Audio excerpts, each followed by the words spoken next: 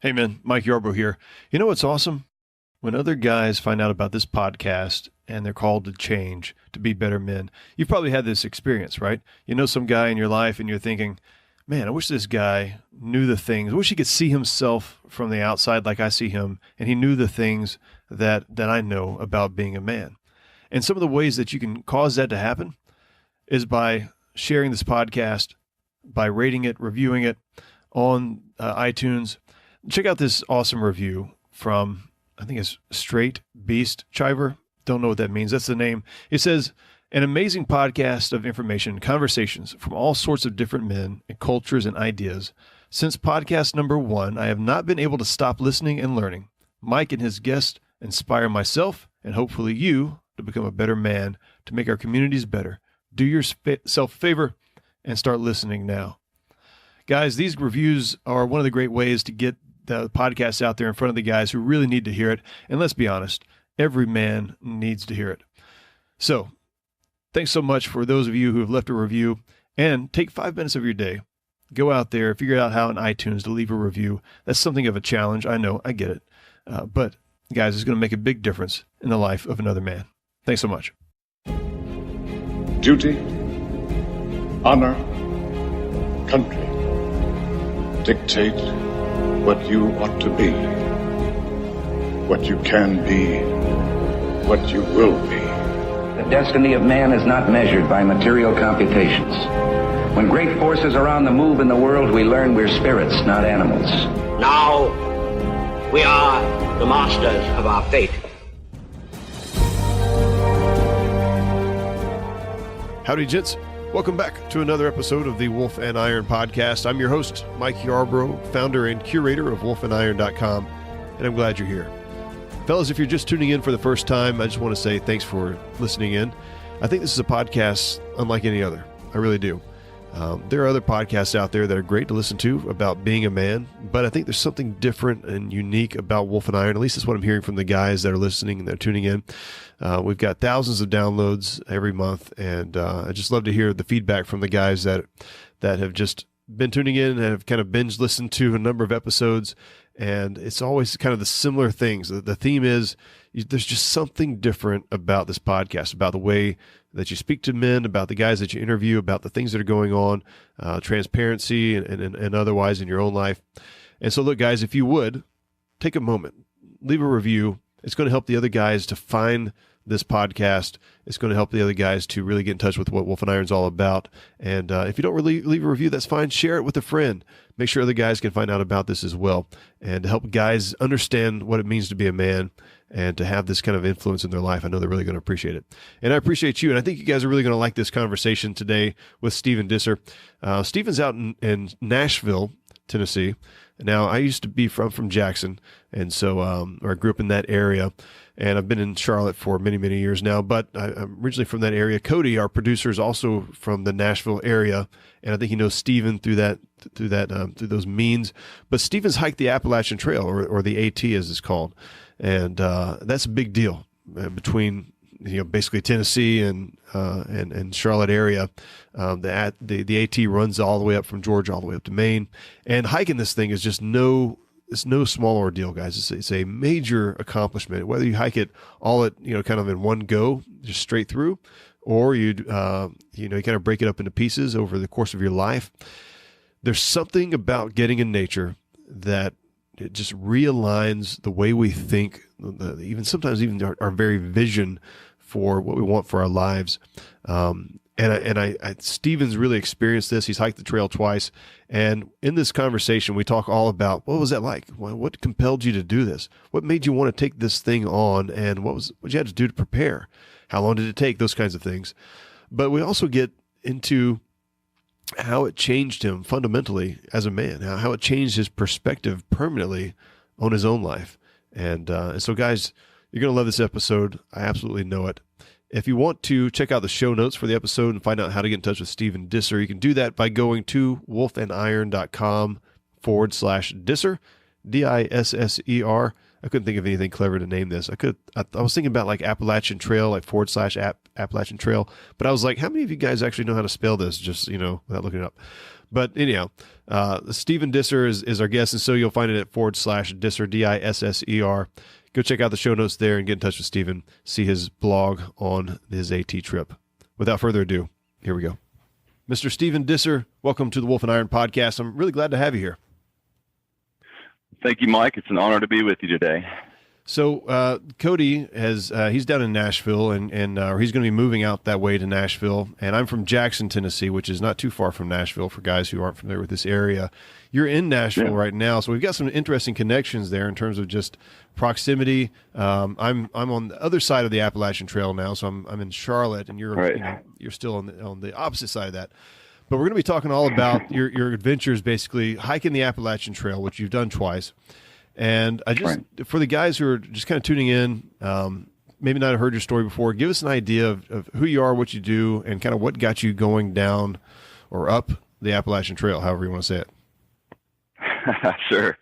Yeah. So I was born and raised in Nashville. I've been here my entire life, with the exception of my travels on the AT, as we call it. I'm a lawyer here. I've been practicing law for about 2 years.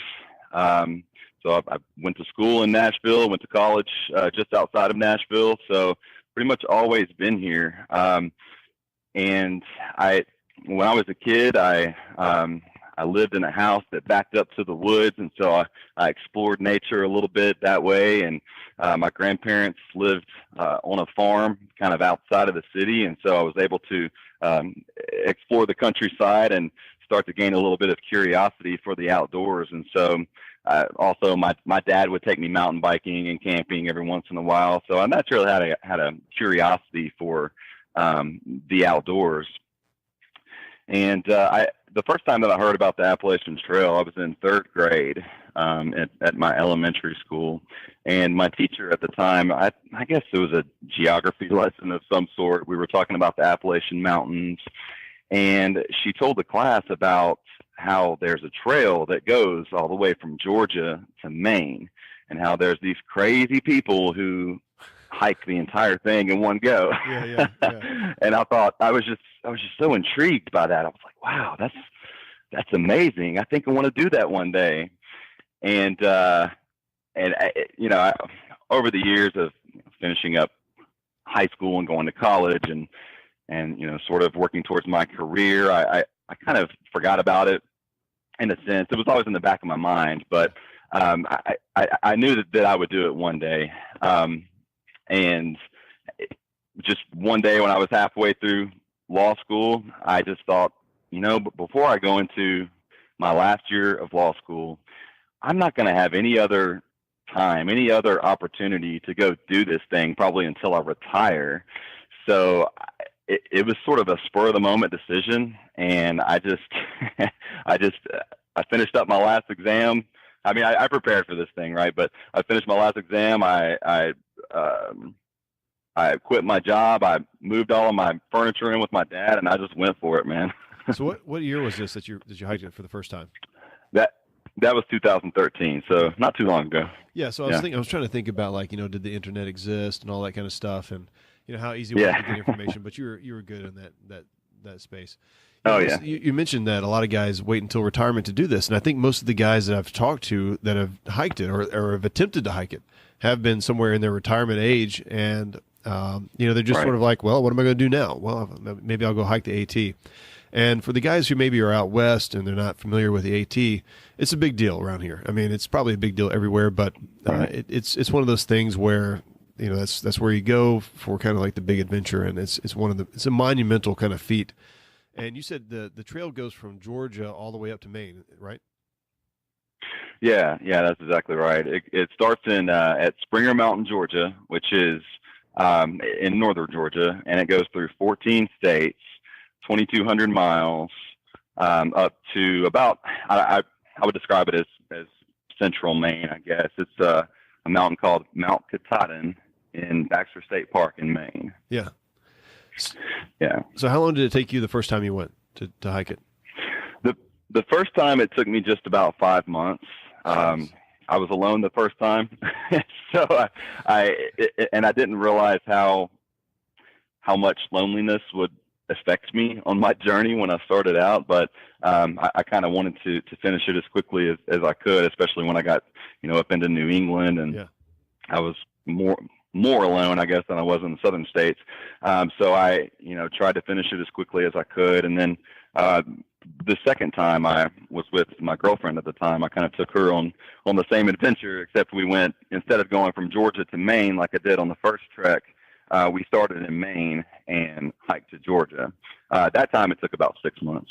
That's just crazy, though. I mean, when I think about like how long, I mean, it's in one sense it's awesome, but if I think I had to give 5 months or 6 months of my life to being outside hiking the trail, that's a tremendous feat. I mean, I think about people who race across the country, or on a bike or something like that, and you're like, okay, that's impressive, but just the amount of time, just the sheer amount of time, it just blows my mind. So give us an idea then. So you mentioned loneliness, and I know that you guys meet people out on the trails, and there's different ways to make connections with other people on the trail.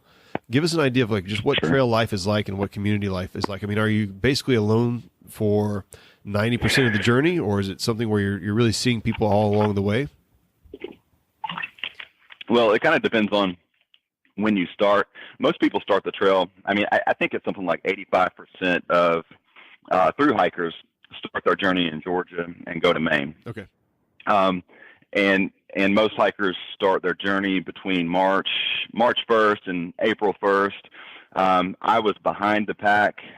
So I started, due to, having to finish up my year in law school, I started in May 8th, actually, on my first journey. So, I was quite a bit behind, the pack, or the bubble of through hikers, as they call it. Yeah. There were still quite a few people that started around the same time, but you kind of get spread out as you go. And so I was alone quite a bit, but yeah, you still run into other hikers at the sort of established campsites. A lot of the times there will be other hikers there. And of course, you run into people who are section hiking, people who are, depending on the location, people who are day hiking, if it's a popular day hiking spot. So, you still see people quite a bit, depending on where you are. I mean, there wasn't a day that I didn't at least see one person until I got up into Maine, and it was kind of late in the season. Yeah. And the trail community is such a tight knit community. I mean, it's sort of a subculture in a sense. You can't really experience anything like the trail community in normal everyday life. I mean, everyone is out there, especially the through hikers and the long distance section hikers. Everyone is out there for a common goal. They're out there for usually common purposes. And, everyone is sort of on this majestic journey, I guess you could say, to complete this feat that many of them have planned for their entire lives, or for a considerable amount of time. And so everyone is sort of out there to help each other accomplish that goal. Yeah. And it's just an amazing feeling to know that if you're ever in need, or if you ever, get in trouble on the trail, that you're probably going to be okay, because there's somebody that's going to come along that's going to, help you out. That's going to literally give you the shirt off their back if they need to. So it's just a cool experience. That's one of the coolest parts about hiking the trail, actually, and that's something that I didn't really expect. It's just to be so just enthralled and sort of taken in by this awesome trail community. Everyone is so nice and so generous, and it's just amazing. Yeah, that's awesome, and it is a difficult thing for us to, I think, imagine, especially in our typical kind of lifestyle where we've got. Everybody goes into their house. We close our doors. Maybe we wave at our neighbors, but we really don't have conversations and all that kind of stuff. And even just if you just go do a day hike on the trail, you meet people, and there's a friendliness there that's missing in just everyday sort of way of life. Oh yeah, absolutely. I mean, when you're on the trail, you're connected to everyone that's out there with just this common bond. Yeah. that you just form with with everyone who's out there doing this, this common thing. And it's sort of like this unspoken sort of just this unspoken thing that when you pass by somebody and you might only say you might only say 2 words to them, happy trails, as you walk by, but you just feel a connection with that person. Yeah. And it's kind of a strange phenomenon, actually, but it's cool. So you talked about section hikers, and so I'm guessing those are people who think that over the course of their life, they want to have hiked the trail. So they'll do like one section, every year or something like that. And eventually they'll have it completed. Right. Is that what that means? Yeah. Not everyone has the, the ability to take off from life for 5 or 6 months at a time. So a lot of people will do it in that way. We'll do 100-mile sections at a time, or even 500-mile sections at a time until they complete it. And I met several section hikers out there who I met that brings to mind a man I met in New York, I believe it was, who he was on his final leg of his Appalachian Trail section hike. He was actually completing his final section of it. He was 78 years old. Wow. And he had started hiking the trail, 20 or 30 years before that. So, for some people, it's truly a lifetime goal that they sort of do over the course of their lifetime. However you can do it is awesome, as long as you're getting out there, I guess. Yeah, absolutely. So what kind of preparation went into this? Because I'm thinking, you get this idea as a kid, you kind of sit on it, maybe it marinates for a little while. And then, like you said, after college and all that, you think, okay, I'm going to go do this. You're basically by yourself, so there's some risk there involved, but what kind of preparation had to go into, before the hike and then to get ready for, actually on the trail? Sure. Well, I was originally I wasn't supposed to be alone. A buddy of mine was going to go with me, one of my best friends, and he sort of had some life things come up and didn't end up going with me. So, I thought, well, this is, I'm going to do this thing anyway. This is, I realize it's sort of a little more risky going alone, but I'm all in, man. I'm going to go for this. So about a year out, I just started reading as much as I could. There's a website called whiteblaze.net, and it's the website that's dedicated specifically, to hiking in general, but specifically to the Appalachian Trail. And so it's just this community where you can get any kind of information you could possibly need about the trail. And that's sort of where I just started my research, just by reading as much as I could on that website. And through that, I found references to certain books that could help me to prepare. Mind you, and this is something that I haven't mentioned yet, I actually didn't have any experience backpacking before I decided to do this. I'd had experience going on short day hikes and, car camping and mountain biking and that sort of thing, but I'd actually never been on an overnight backpacking trip. So I was starting from the very beginning, bare bones. I didn't have any gear. I really didn't even know what I was getting myself into. All I knew was that hiking the Appalachian Trail seemed like a cool idea, and I knew I wanted to do it. It sort of felt like a calling for me. Yeah. So I just, like I said, I just started researching as much as I could. I started buying my gear little by little as I started to understand what type of gear I needed. I talked to as many people as I could that I knew had gone on long distance hikes, and I just took as many notes as I could and just started training physically by, getting in the gym and sort of doing high intensity exercises, going on day hikes and eventually going on overnight hikes after I got my gear all together and sort of getting used to using that gear and trying to get an idea of what I really needed and what I didn't need. So it was about a year-long process of actually, gaining the knowledge and the experience of being able to get out there. And that's, I probably did a lot more as far as preparing than most people do. I met some people on the trail who literally just decided on a whim that they were going to hit the trail. So they went to Walmart or or a Army surplus store or whatever it may be, and just bought a bunch of gear and hit the dirt. Yeah. Now that there's probably a difference between the success rate and people who prepared like I did and and the others, but yeah, I mean, by the time I actually got out there, I mean, I really felt like I knew what I was doing. I didn't really realize the gravity of what I was getting myself into until I was out there for a few days, but otherwise I felt pretty prepared. So when you first hit the trail, on your first hike, and you're kind of thinking like, I'm going to do so many miles per day and I'll make this pace and all that. I mean, did you have that in mind? Like, it's going to take me about 5 months to get this done, or did you just kind of let's just see how it goes and I'll just start walking? Well, some of the advice that I'd gotten early on and through my research was that you can't really plan out an itinerary for any kind of extended period, extended length of time, because a couple days into that, it's all going to go to crap, and you said your whole schedule is messed up. So yeah, I just kind of, I would plan about a week at a time. I mean, the most important thing is that when you're actually on the trails, to plan out the amount of food that you have. So there's stops. I mean, the AT, yes, it's in the wild, but some people say it's not really a wilderness experience because it's so close to civilization most of the way. Yeah.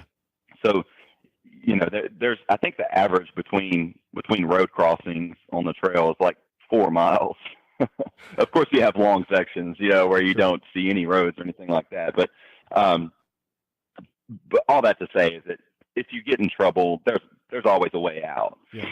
But there's not always a grocery store at those road crossings or a market or something of that nature to resupply your food. So that's when you're on the trail, the most planning that you have to do is just sort of planning ahead for how much food you have and when you're going to be able to stop and resupply your food. So I would typically plan about 2 weeks in advance and imagine then, okay, I'll need 5 days worth of food between this town and this town. I'll need 4 days worth of food between that town and the next town. So I would know how much food to resupply and how much time I would have to get between towns. And so I would kind of plan out my days like that and where I was gonna camp for each night so that I could get to that town and in order and still have enough food to get me by. Yeah. Luckily, the trail is so popular and so well established that there's these awesome guides that you can buy that basically give you details on every single mile of the trail and where all the campsites are, where all the shelters are. There's actually, I think, around 270 primitive lean-tos along the trail. So even if you don't have a tent, you can stay in one of these lean-tos. So those guides come in just super handy when you're kind of planning your day-to-day on the trail. So what about things like, you got to use the restroom, you're going to have to just go in nature, I guess, the typical kind of things like that. Yeah. But what about like washing your clothes, making sure that your feet aren't infected, handling cuts, sores, bruises, and those kinds of things? I mean, do you wait until you get into town to do wash, or do you just like toss old socks and buy some new ones when you're at, when you stop at the right place, or what? Yeah. Well, I carried, I think, one change of clothes with me the entire time. I would have my hiking clothes. I would have something, somewhat clean to wear to bed, and then I would have town clothes.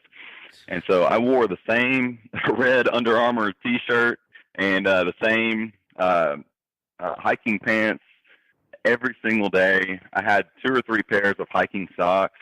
So yeah, laundry isn't, it is an option when you're on the trail, but once you're out there for that, extended period of time, that just becomes something that you don't really have time for, really. I mean, when you're hiking 15, 20, 25 miles a day, you're not going to end your day doing laundry before you go to bed. And, right. and you're going to stink anyways. And the next day you're going to get your clothes, right back in the same condition. So, you sort of get used to your trail stench. I mean, you'll go, a week at a time. I I would say I probably went about a week on average between showers. Okay. And between doing laundry. But yeah, when you get into the towns, you can, I would put my town clothes on so that I wouldn't smell as bad going into civilization, and then find a laundromat to go clean my clothes, or even there's so many hostels that are in these trail towns that right. you can stay at for 15 or $20, and you can do your laundry and sleep on a mattress, and those are so nice and so convenient. So you can, get yourself a shower and sort of refresh. And, if you have, any kind of injuries or, like you said, infections, I mean, foot care is of course a huge part of hiking the trail. So, you got to make sure you're taking care of your feet at all times. And of course, when you're on the trail, if you, were to get a blister or any kind of open wound on your feet, you have a first aid kit. Like, you have to have a first aid kit. Yeah. So yeah, you're able to kind of take care of that stuff. And funny enough, duct tape works wonders on foot injuries. I used a lot of duct tape, taping up my feet, taping over blisters and taping over sores. Yeah. And it's kind of it kind of does exactly what you need. It just takes away the rubbing from on your shoe or whatever's going on down there, and it really works wonders. That's awesome. Yeah, this episode of the Wolf and Iron podcast brought to you by duct tape and all of its many uses. Yeah.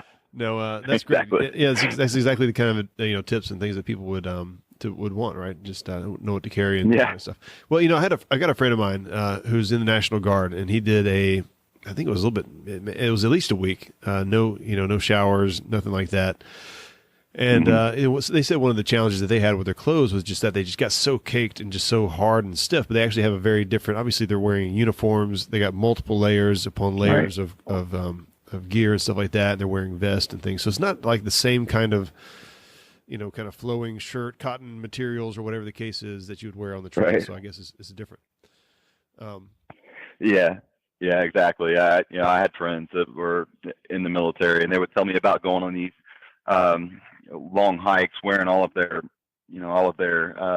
heavy clothes and carrying 100 pounds worth of gear or whatever it may be. Yeah. And that's definitely very different than doing something like this voluntarily, where of course, the more money you spend, the lighter your load can be. So most people try to get their load as light as possible. I would say on average, you're looking at around 30 pounds. And then, of course, the technology with the gear these days, with the clothing, is so good. I mean, you have the wicking materials that pull the sweat away from you and help you to sort of stay dry. And we call cotton on the trail, cotton is referred to as death cloth because of the way that it just retains all the moisture and it doesn't dry. And right. It could really put you in a bad situation if it gets cold or something of that nature. But yeah, the technology that they have out for clothing and gear is amazing these days. If you're able to spend the money on it.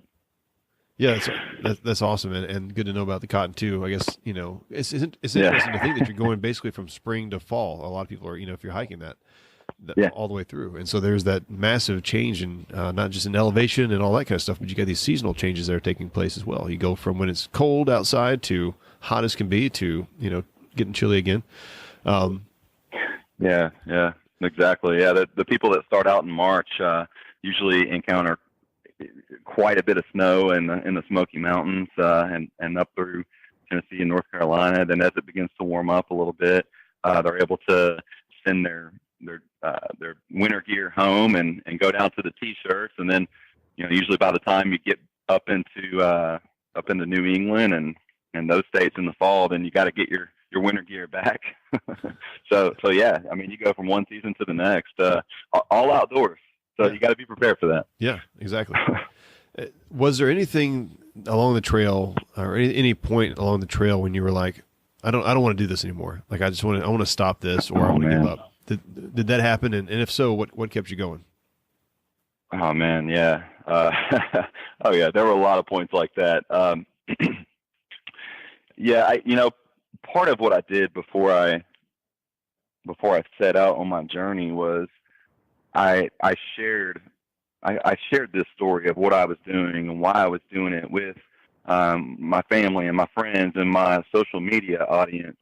So I started a blog, and I would share my blog posts with, excuse me, with my social media. And part of the reason for that, and it was a suggestion that I got out of a book called Appalachian Trail. Part of the reason for that was to have people who would hold me accountable. If I just kind of went out there and nobody knew what I was doing or why I was doing it, then I'd be able to have an easy out because nobody would know that I failed, right? So, right. So I did that so that people would hold me accountable, but also so I could just share this journey with others. And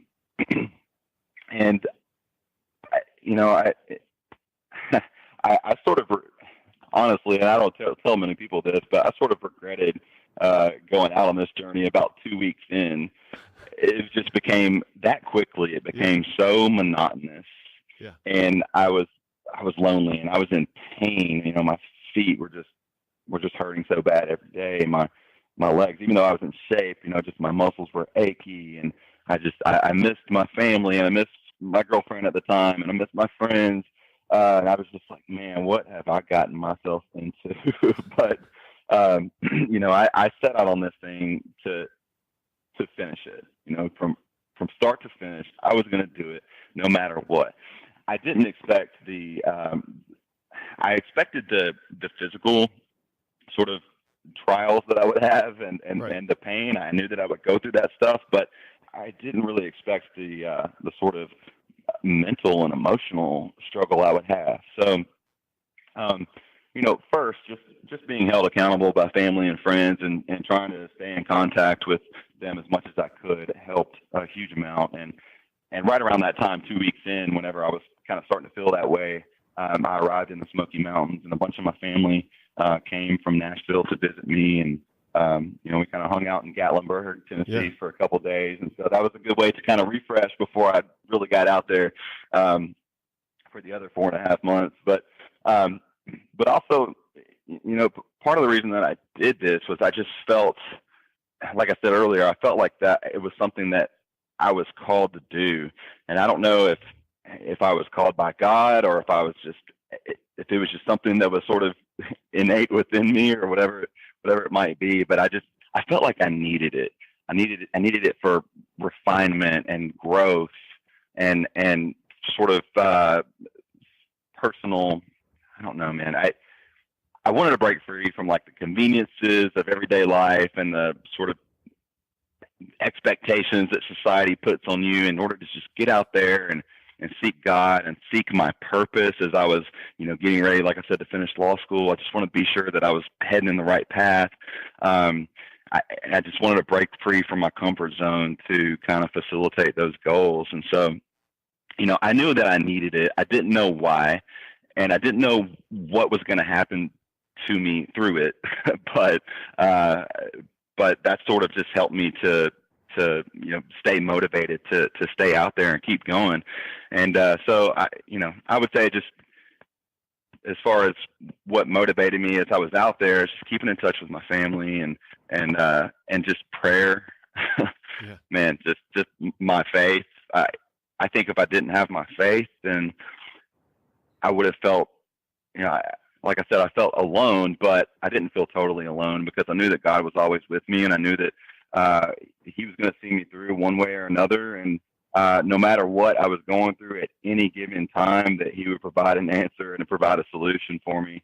So with whatever struggles I was dealing with. Man, that's awesome. That's great. And as you kind of talked about just needing to get out, and I was thinking about the John Muir quote, "The mountains are calling and I must go," right? And just that feeling of just, I need to get away from everything. And I think we do need that because as men, especially, we have to get perspective on the life that we're living. And it's difficult to do that in the moment. Kind of when we're in the fight and we're just doing our day-to-day stuff and we're going down the route that everybody says we should be going down, and it seems to be the right path, but we don't really know. And we need that perspective. And in order to get that perspective, sometimes we've got to step away, way off of the the path everybody else is traveling and kind of do our own thing. And I think nature is something about just being outside and being in nature just clears the mind. And I know there's all kinds of studies that have talked about this, especially with kids that have autism and other disabilities and things like that. And just how it really just kind of rearranges how we think and helps us to see more clearly, puts us more at peace, and kind of gets us out of the rat race and that kind of stuff. Absolutely. There's so much that's vying for our attention in everyday life. There's so many distractions. There's, you have, everyone's glued to their phone these days, right? You have your TV at job. You have people who are vying for your attention, and it's so hard to get a moment to yourself unless you're very intentional about having quiet times, so to speak, or unless you really create that time for yourself. And that's something that I always kind of struggled with, because I was always so busy. I worked a full-time job and went to law school at night during this time that I decided to leave. And there was just no way that I felt that I could really take time for myself like that every day. So I kind of just went for the extreme and escaped to the woods for 5 months at that time. And I just think that part of the reason that nature is so therapeutic is that is what we're created to live in. We're not created to live in I don't know, this sounds pretty hippie-ish, but we're not created to live within this concrete and steel, this sort of this artificial environment that we've created for ourselves. And we don't realize how in tune with nature we naturally are until we get out there. And it just feels like once you sort of connect with it, it's like, oh yeah, I'm created for this. This just feels right. I just feel this natural connection to this. Yeah. So yeah. I would imagine too, a lot of the loneliness that you experienced initially was just this kind of, there's a lot of quiet now, that you don't have the typical thing of you're always on your phone, or there's something new on the internet to check into, or whatever the case is. You're not, the typical things that get thrown at us and are just always in our face aren't there anymore. And if you just remove that, much less the people that are not, going to be around, you just remove those things. And there's a sense of like a vacuum almost of like, what do I do now? What do I think about? How do I use my brain space, And it can very much feel like I've thought all my thoughts. Now I'm ready to interact with people, Yeah, that's exactly right, man. Of course, I had my iPod with me at the time, so I had music, and I still had my phone, but I didn't use it unless I really needed it for something. And so, yeah, a lot of the times it's just you and the sounds of nature, especially if you don't have a hiking partner, and so you tend to get lost in your own thoughts. And yeah, exactly what you said. It's like, wow, I've thought about everything I could possibly think about. What now? and it's very interesting, actually, that the first time that I had an experience like what I'm about to talk about was out on the Appalachian Trail, which is exactly what you just said. I mean, you get to a point where your mind just, if you don't have some kind of community, you come to the point where you get lost in your thoughts. And I don't know any other way to describe it, but you get lost in your thoughts, and your mind just wanders into these weird places. And there was a time when I was hiking, and it wasn't that far in, and I think it was somewhere in North Carolina, actually, where it kind of scared me in a sense, like where my mind was starting to wander. Yeah. And luckily, in the Smokies, I met a couple guys, some brothers that were hiking together, and we sort of hiked on and off together. So I had a little bit of community there, and I got to know a few other people. But like I was saying earlier, once I got into that, they actually quit and ended up going home when we were in New York. They broke the news to me when we were all camping together. I woke up the next day and they're like, "Well, bud, we got to tell you something." I'm like, "Uh-oh, we're done. What's about to happen?" Yeah, they're like, "We're going home, man. We can't do it anymore. Our mom is driving up from Hattiesburg, Mississippi, and is going to come pick us up." And I was like, what? No, like y'all are my guys, y'all are my dudes. Yeah. So after that point, I was alone. For the most part, I was pretty much alone, especially when I got into Maine.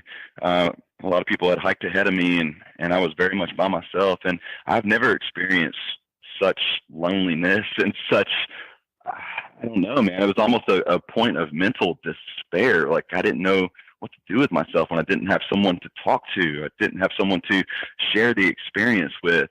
And it was a pretty dark moment for me. You know, I always tell people that going on a journey such as this, you experience some of the highest highs, but you also experience some of the lowest lows. and that was one of those points for me where I just felt so low, and I just felt so, you know, it's like a deep depression almost. But I learned a lot through that, and I learned that not only were we created to be in nature, like I said, but we're also created for community. And we're created to live life together. And I never realized it as much as I did in that moment. I'd always kind of considered myself somewhat of an introvert. I liked being alone and kind of just keeping to myself. But in that moment, I think it sort of changed my life in that way. I was like, wow, I really need people. And God created people to live together, live life together, and to I think, as you say in your podcast, to sharpen each other, right? To help each other through life. So that was a huge lesson I learned up there. Yeah, absolutely. It's interesting how language works with our mind and how it causes us to connect. It's something that we can't do on our own. So like if we think about like what you've experienced, you can talk to yourself, walk down the trail, and you can talk to yourself all day long. You'll eventually be just, you know, jabbering gibberish. What am I trying to say? We're speaking gibberish, jabbering gibberish. And, you know, and it's not. It doesn't satisfy that the thing that we crave really is that connection with another human being, to be understood by somebody else, to share our experiences and our thoughts, and to be understood. You may have known, if you've ever known anybody, and I'm talking to the guys listening to this as well, anybody who's gone off to another country and they may speak a little bit of the language, but they don't speak it fluently. And there's a real period of loneliness there, even though they're surrounded by so many people. And if you, I can't remember, I think it was, I had actually a foreign exchange student that lived with us, or no, not live with us, sorry, that was in my neighborhood and would visit. He was from Spain, and he could speak a little bit of English. He was okay, and he was getting better at it as time went on. But you could tell he was just getting really frustrated. Well, he had another friend who was from Spain but had been in the U.S. for a number of years. He came to visit him, and they began speaking Spanish to each other, right? And my guy was basically just almost in tears because he finally had somebody to speak to, you know, and they could understand him. They could speak and really just get his thoughts out there, his emotions out there. And so language and the words we use are so important, and to be able to do that requires somebody else who understands and can take that in, even if they disagree with you. They still are able to understand what you're saying, and that's so important. And like you said, that it's evidence that we're really made to be in community, and when we're not, we go bad. Yeah, exactly right. I can totally relate to that, man. And that's, you know, after I finished up the trail the first time and came home, I met this girl and we hit it off and got into a relationship together. And as she learned about what I did, you know, in my journey on the AT, she thought, wow, I think that's something that I would really like to do one day. And she kind of came from a background such as mine, where she didn't really have a lot of experience with hiking and backpacking and that sort of thing. But she was, she was like, man, I think I would want to do that one day. And I was like, really? Do you really want to do that? She's like, yeah, I think so. And I was like, oh, right, well, let's do it.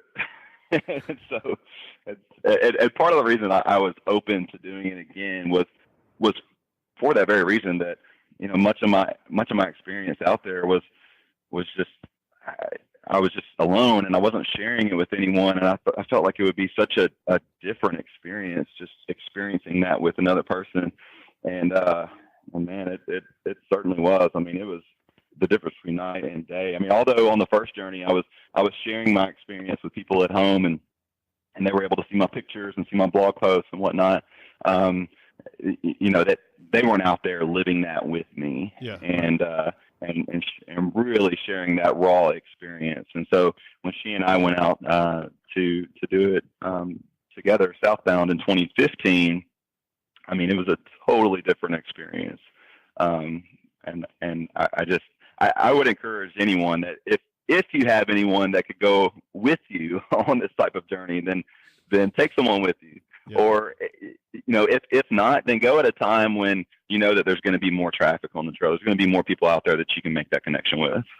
Well, and I imagine too, though, that's even that's probably a bigger import of the preparation than even your clothing or anything else like that, because you think you're going to be spending months with this person, maybe just you and them for the most part of the journey. And if you don't like this person, if you guys can't get along, if there's something that bugs you about them, that's really going to wear on you after a while, I would think. And it may be the opposite. Maybe you're just so starved for somebody to be there. You're just thankful for whoever you've got. I don't know.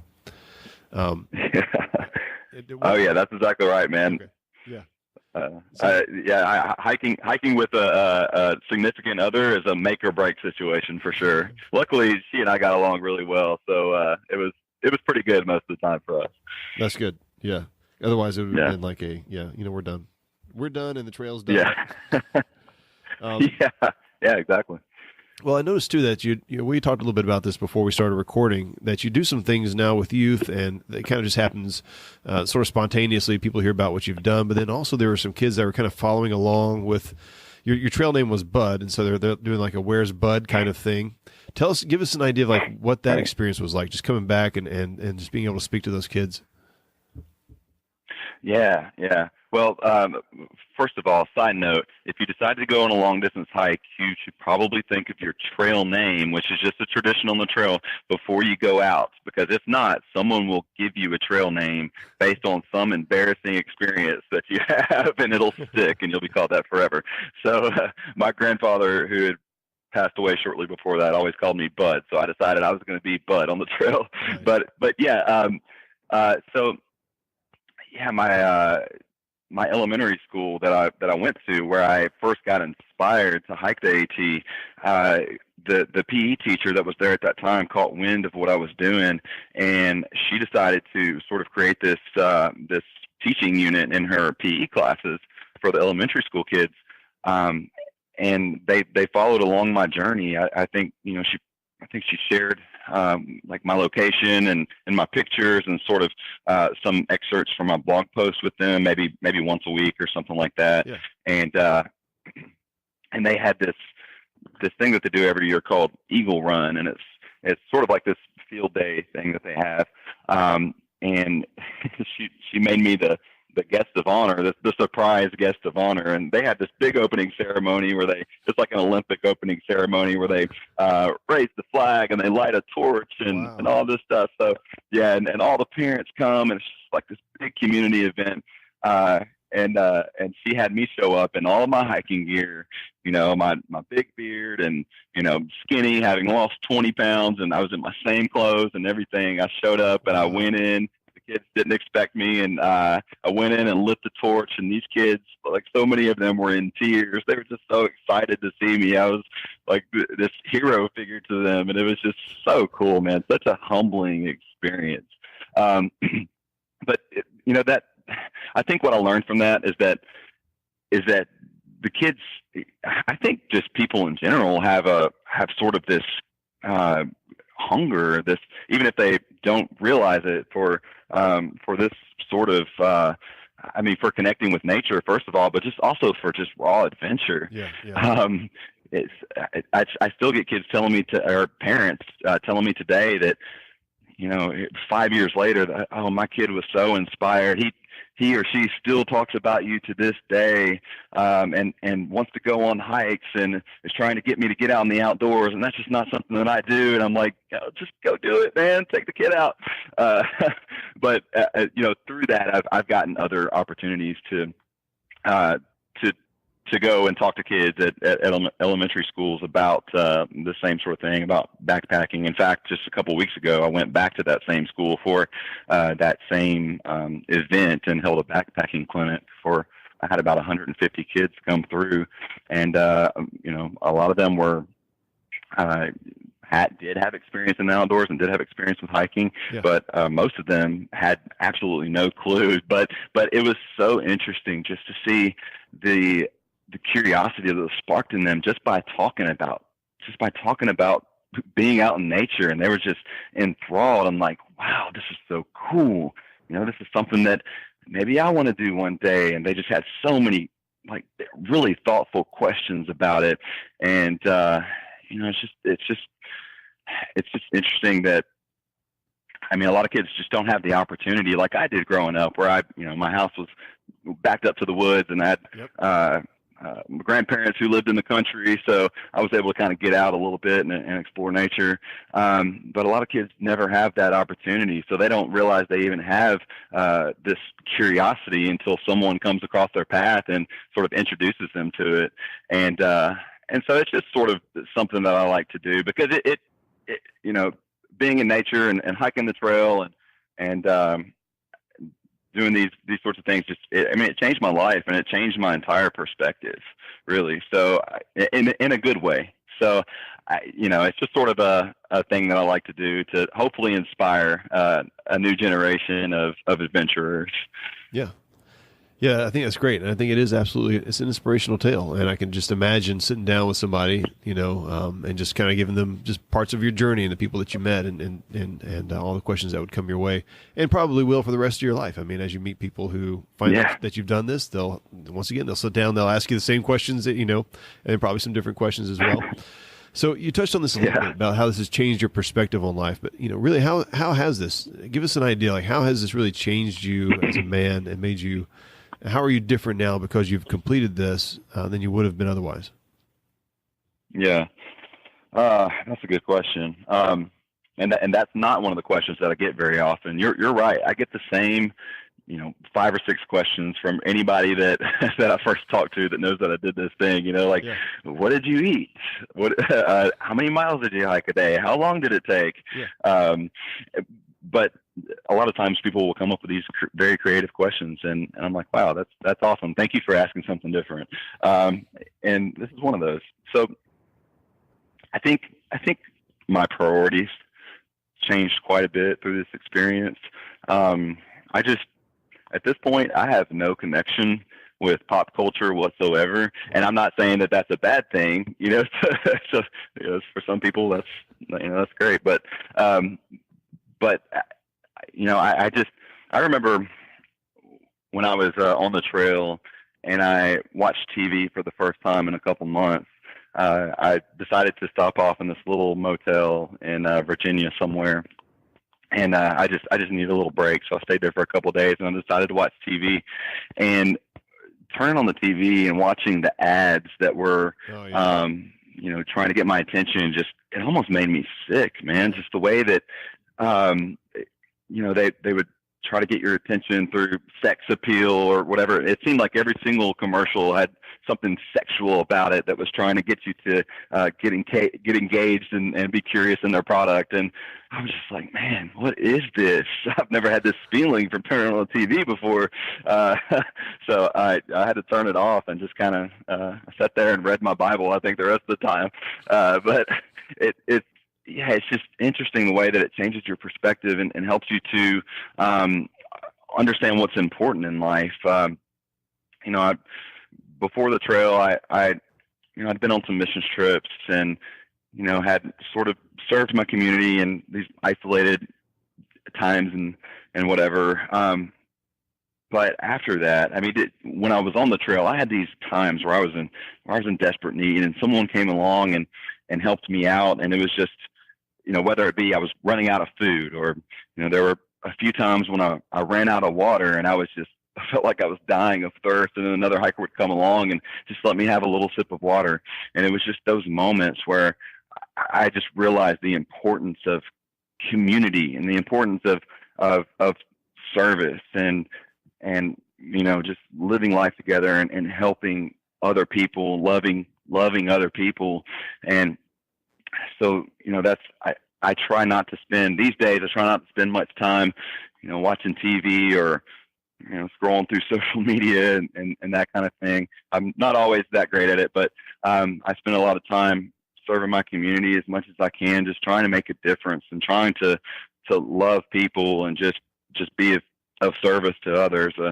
I volunteer in the kids ministry at my church every week, and I'm just trying my best to I guess leave a legacy and sort of leave this earth a little better than the way that I came into it. And that's just sort of my outlook on life now, man. I just want to focus every spare minute that I have on the things that are truly important now. And I think just hiking the trail is what helped me to focus and realize what was important in life and what was important to me personally.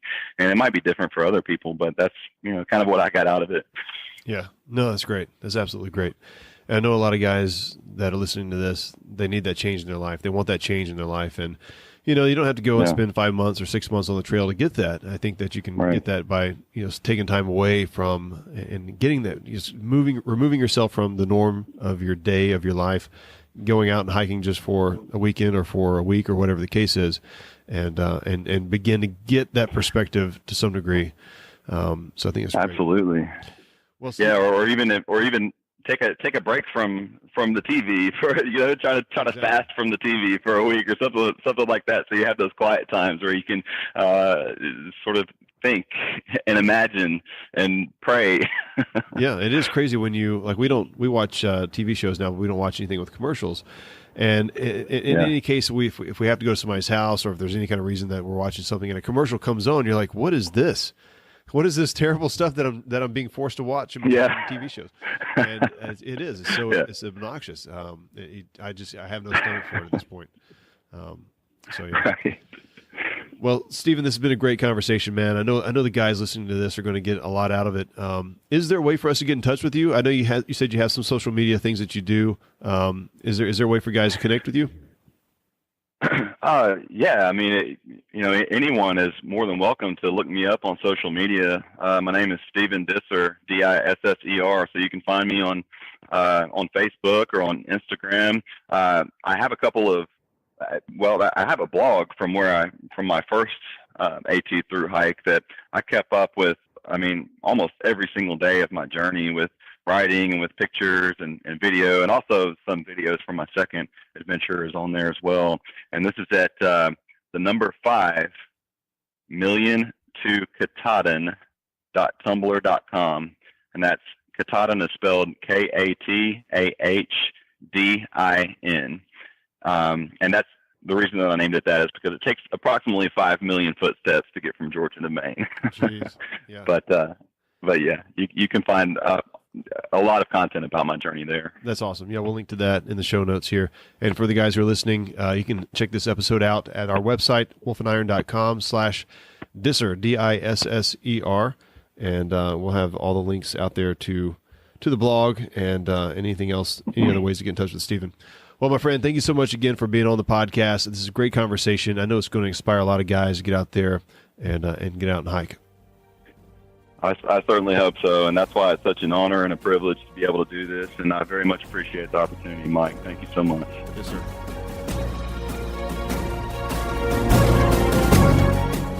Well, there you have it, men. I'd love to know what you thought about the episode. Feel free to reach out to me on any of my social media networks. And look, if you got something out of this, make sure another guy does too. Share the episode and make sure it gets in front of the guys that need to hear it the most. Until next time, keep your powder dry, and may a fair wind be always in your sails.